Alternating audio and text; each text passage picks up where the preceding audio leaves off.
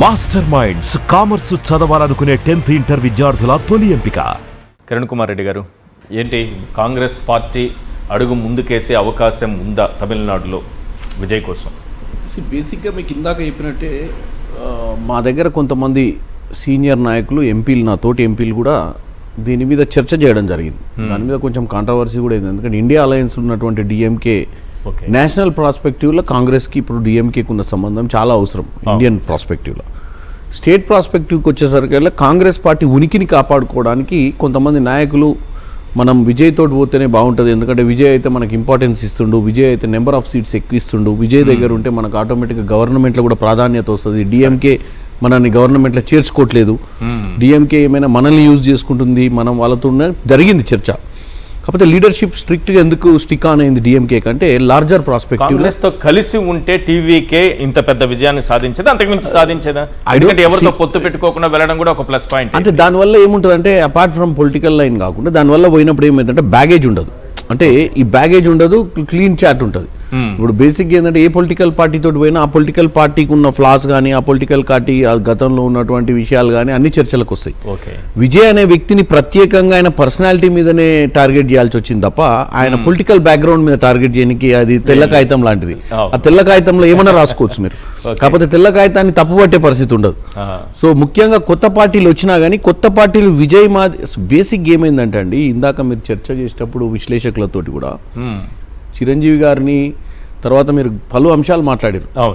ఇంతకుముందు రజనీకాంత్ ఎందుకు రాలేదు, వచ్చినటువంటి కమల్ హాసన్ ఎందుకు ఫెయిల్ అయ్యిండు, విజయకాంత్ వచ్చిండు ఒకసారి సర్వైవ్ అయిన 28 సీట్స్ తోటి, తర్వాత డిఎస్టాబ్లిష్ అయ్యింది. కానీ ఈ మాదిరిగా ఏదైతే ఎన్టీ రామారావు గారిని, ఎంజీఆర్ గారిని తీసుకున్నట్టయితే మనం కరుణానిధి గారిని కూడా తీసుకోలేము దీంట్లో, వీళ్ళిద్దరినే తీసుకోవాలి.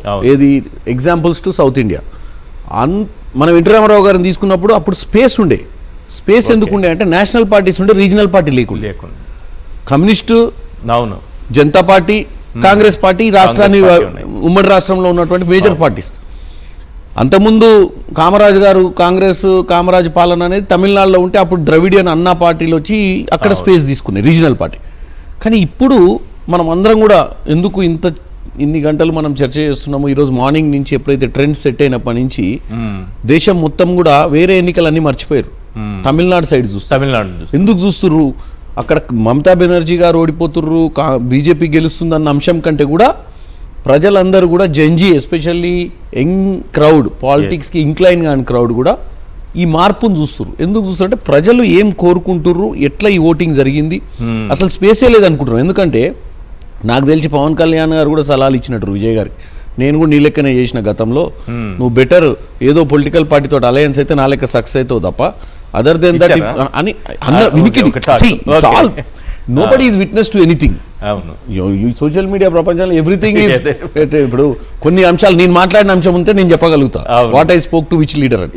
బట్ ఏంటంటే he has taken some opinions and some people have went and gave opinions. ఎందుకంటే వాళ్ళ అభిప్రాయాలు కూడా చెప్తారు కదా, పార్టీ పెట్టిన వాళ్ళ అభిప్రాయాలు.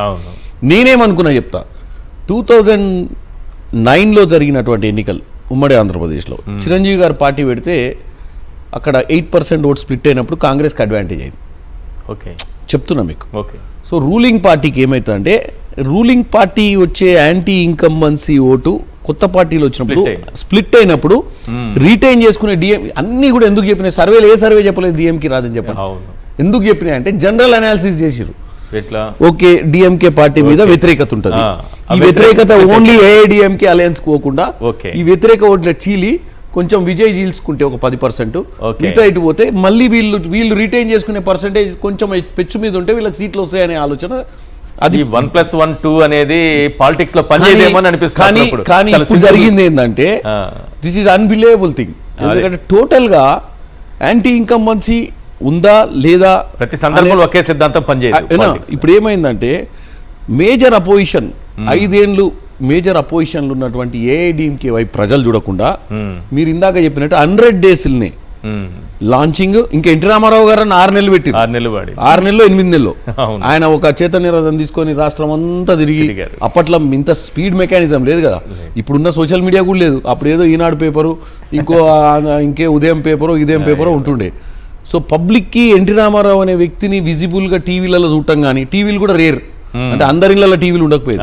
సో ఎన్టీ రామారావు కానీ ఎంజీఆర్ కానీ అప్పుడు వాళ్ళ ప్రభంజనానికి ఇప్పుడున్న fastest world this is a live thing what happened in to this country. అంటే ఇక్కడ రానున్న రాజకీయాలు నేను కాంగ్రెస్ ఎంపీగా కూడా చెప్తున్నా ఈరోజు రానున్న రాజకీయాలు ఏంది అనేది. ఇందుకే ఇందాక మిత్రులు కూడా చెప్పారు ఏమనంటే రేవంత్ రెడ్డి గారు మళ్ళీ అధికారంలో రావు, ఇచ్చిన ప్రామిసెస్ మీరు కట్టండి చేయండి, ఈ స్టెప్ డెఫినెట్గా ప్రజలు 100% ఏకీభవిస్తున్నాయి. నేను కన్స్ట్రక్టివ్ పొలిటీషియన్గా మనం ఏం చేయాలంటే ఇచ్చిన కమిట్మెంట్లు ఫుల్ఫిల్ చేయాలి. మళ్ళీ న్యాయ నిర్ణేతలు ప్రజలు వేస్టెడ్ అయినప్పుడు మీరు అన్నట్టు బీజేపీ థర్డ్ ఫోర్స్గా ఇక్కడ ఎదగడానికి అవకాశం ఉండొచ్చు. ఎందుకంటే ఆల్రెడీ బీఆర్ఎస్ని టెస్ట్ చేసిరు ప్రజలు, కాంగ్రెస్ని టెస్ట్ చేసిరు. Next BJP is white paper in Telangana.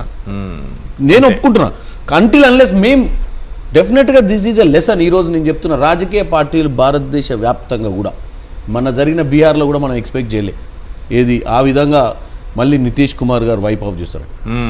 Haryana ఎన్నికలలో ఎవరు సర్వే చేసారు, ఏ పోల్ సర్వే చెప్పింది బీజేపీ గెలుస్తుందని? కాంగ్రెస్ 100% గెలుస్తుందని చెప్పి 99% సర్వేస్. ఈరోజు ఈ ఒక్క విజయ్ గారిది కూడా ఒక్క గుప్తా గారు చెప్పారు, యాక్సిస్ ప్రదీప్ గుప్తా, యాక్సిస్ ఆయన తప్ప ఇంకెవరు చెప్పలేదు. ఆయన చెప్తే కూడా మనం ఏమనుకున్నాం, ఈయన పబ్లిసిటీ కోసం చెప్తున్నారు అనుకున్నారు. అన్ని సర్వేలన్నీ ఒకవైపు మనమందరం ఏమనుకున్నాం, ఈ వాంట్ సమ్ పబ్లిక్ ని అటెన్షన్ డైవర్షన్ కోసం పెట్టిండేమో సబ్జెక్ట్ అనుకున్నాం. అటెన్షన్ అని కొంత సోషల్ మీడియాలో అయితే బెట్టింగ్ల కోసం ఇలా చెప్పారని కూడా. So end of the day it's very hard. అంటే ఆయన చెప్పింది ఒకటే లైన్ ఆయన తీసుకుంది, కొత్తగా ఓటు వచ్చిన వ్యక్తులు నుంచి అప్ టు మిడ్ టర్మ్ అంటే 35 to 40 years ఏజ్ దాకా ఉన్నటువంటి సెక్టర్ వాలంటీర్గా ఓట్లు వేయాలని డిసైడ్ అయిపోయారు ఫర్ ఎ చేంజ్. ఈవెన్ నేను కొంతమంది అధికారులతోటి కానీ కొంతమంది మిత్రులతో తమిళనాడులో మాట్లాడినప్పుడు సభలకు స్వచ్ఛందంగా, ఎందుకంటే ఈ పార్టీకి ఫస్ట్ నాయకత్వం లేదు, ఏది బ్రిడ్జ్ లేదు, ప్రజలకు విజయ్ అనే నాయకత్వానికి మధ్యన బ్రిడ్జ్ లేదు. ఏది కమ్యూనికేషన్ కానీ ఒక కార్యక్రమం చేయాలన్నా కానీ మనమందరికి ఒక బూత్ కమిటీ ఉంటుంది, ఓ మండల స్థాయి ఉంటుంది, ఒక గ్రామ స్థాయి ఉంటుంది, ఏ స్థాయి లేదు ఇలా. కానీ కమిటీలు కూడా లేవు కదా, అది కూడా మైనసే కదా. ఎక్కడ కమిటీలు కూడా లేని అంటే మీరు అర్థం చేసుకోవాల్సింది అదే కదా. మనం అందరం ఈ రోజు ఇక్కడ కూర్చొని ఇప్పుడే సోదరులు చెప్పినట్టు ఆ పార్టీకి చాలా డిఫరెంట్ లెవెల్ ఆఫ్ వర్కింగ్ ఉంటుంది మాదని. ఇప్పుడు వర్కింగ్ ఏం లేదు ఇక్కడ ప్రజలు ఏం చేసిర్రు, వర్కింగ్ లేదు, స్పేస్ కూడా లేదు. ఎన్టీ రామారావుకు ఉన్న స్పేస్ లేదు, ఎంజీఆర్ గారికి ఉన్న స్పేస్ లేదు. ఇక్కడ ఆల్రెడీ రీజనల్ పార్టీస్ ఉన్నాయి, 2 పెద్ద నేషనల్ పార్టీస్ ఉన్నాయి. ఇంత గ్యాప్ లో కూడా స్పేస్ ని క్రియేట్ చేసుకోవడం అనేది it's biggest thing what we have to understand today. ఏందనేది దీనికి లాజిక్ ఏందని అంటే logic simple, is a white paper. అంటే ఆయన గురించి నెగిటివ్ మాట్లాడటానికి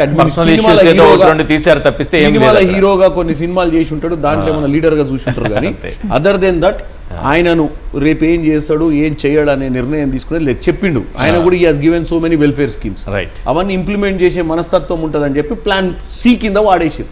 కాబట్టి డెఫినెట్ గా this is going to be big lesson. మాకే కాదు, కాంగ్రెస్ పార్టీ ఈరోజు కేరళలో గెలిచినాం, అస్సాంలో ఓడిపోవడం చాలా బాధాకరమైన విషయం. రానున్న రోజులలో కూడా నాలాంటి లీడర్లైనా ఎవరైనా యంగ్స్టర్స్ 100% ఇప్పుడున్న ప్రజలకు ఏం కావాలి, ప్రజలు ఏం ఆలోచిస్తుర్రో కానీ తెలుసుకోకుండా మనం రాజకీయాలు చేస్తే డెఫినెట్గా రిజల్ట్స్ ఈ విధంగానే. అంటే ఇప్పుడు ఈ హోప్ తోటి ఏమవుతుందంటే ఇటువంటి విజయ్ లాంటి క్వాలిటీ ఉన్న వ్యక్తులు లేకపోతే విజయ్ లాంటి ప్రొఫైల్ ఉన్న వ్యక్తులు అందరూ కూడా ఈ దేశంలో, మీరు అన్నట్టు రజనీకాంత్ గారు రిస్క్ తీసుకోలేదు. రజనీకాంత్ గారికి యాక్చువల్గా మనం విన్నదాని ప్రకారం సూపర్ స్టార్ రజనీకాంత్ గారు విజయ్ కంటే ఎక్కువ క్లౌట్ ఉంటుంది ఒకప్పుడు. కానీ ఆయన ఏంటంటే 10 మంది ఆయన కాలు పట్టి గుంజిరు. ఆయన ఎప్పుడు నిర్ణయం తీసుకుని వెనకకి వెళ్ళిపోయి, సార్ దయచేసి మీకు దండం పెడతాం సార్, మీరు చాలా మహానుభావులు, మంచి పేరుంది, మీరు రాజకీయాలు పోతే బుడిదేస్తారు సార్ మేము. ఇందాక విశ్లేషకులు చెప్పినప్పుడు చిరంజీవి గారు నాకు ఒక ఎమ్మెల్యే చెప్పిండు సేమ్ అదే విషయం. ఏమని, ఓ ఎమ్మెల్యే గారు ఇక్కడ మన తెలంగాణ ఎమ్మెల్యే అప్పుడు గెలిచిండు పిఆర్పీలో, గెలిచినప్పుడు చిరంజీవి గారు కలిసి చెప్పినట్ట, ఏందబ్బా ఈ రాజకీయం, ఒకప్పుడు నా సినిమా రిలీజ్ అయితే పాలు కొబ్బరికాయ అంతా వాళ్ళే తెచ్చి కొట్టేటోళ్ళు, ఎవరో కూడా వాళ్ళ అభిమానం. సినిమా ఈ రాజకీయ నాయకుడు అయిన తర్వాత అన్నిటికీ బిల్లు పెడుతున్నారు వాళ్ళు, ప్రతి రూపాయి ఇస్తే తప్ప పని చేసేట్లేరు. ఆ ప్రేమ అనురాగం అంతా పోయింది. ఒకప్పుడు నాకున్న నేనేదో చాలా నన్ను ప్రజలు అసలు ఎక్కడలేని విపరీతమైన ప్రేమ ఉంది అనుకున్నాను. ఇప్పుడు అర్థమైంది అసలు నా మీద ప్రేమే లేకుండా అయిపోయింది ఈ రాజకీయాలని ఇందాక సార్ చెప్పినట్టు. సో రియలైజ్ అయిపోయారు పాలిటిక్స్ లో. వీళ్ళందరూ కలిసి కూడా రజనీకాంత్ గారికి చెప్పారు, మనం ఎప్పుడు కూడా రియల్ స్టార్స్ కాదు, రియల్ స్టార్ అయ్యే ప్రయత్నం చేస్తే మన రీల్ కూడా దెబ్బతింటది అనే ఆలోచనతోటి. కానీ Vijay has proved it today. నేను పొలిటికల్ ఒక కాంగ్రెస్ ఎంపీగా కాకుండా I'm appreciating for his guts. To take up this decision. Okay, result ఏమన్నా రాని ప్రయత్నం అయితే చేద్దామన్న ఫస్ట్ ఆలోచన ఆయన గొప్ప ఆలోచన. అవును. ప్లస్ అక్కడ తమిళనాడు ప్రజలు ఏదైతే ఆల్టర్నేట్ ఆప్షన్ కింద ఆయన తీసుకుర్రో, this will be a big example for Indian political system today, ఈ రోజు జరుగుతున్న రాజకీయ పరిణామాలు.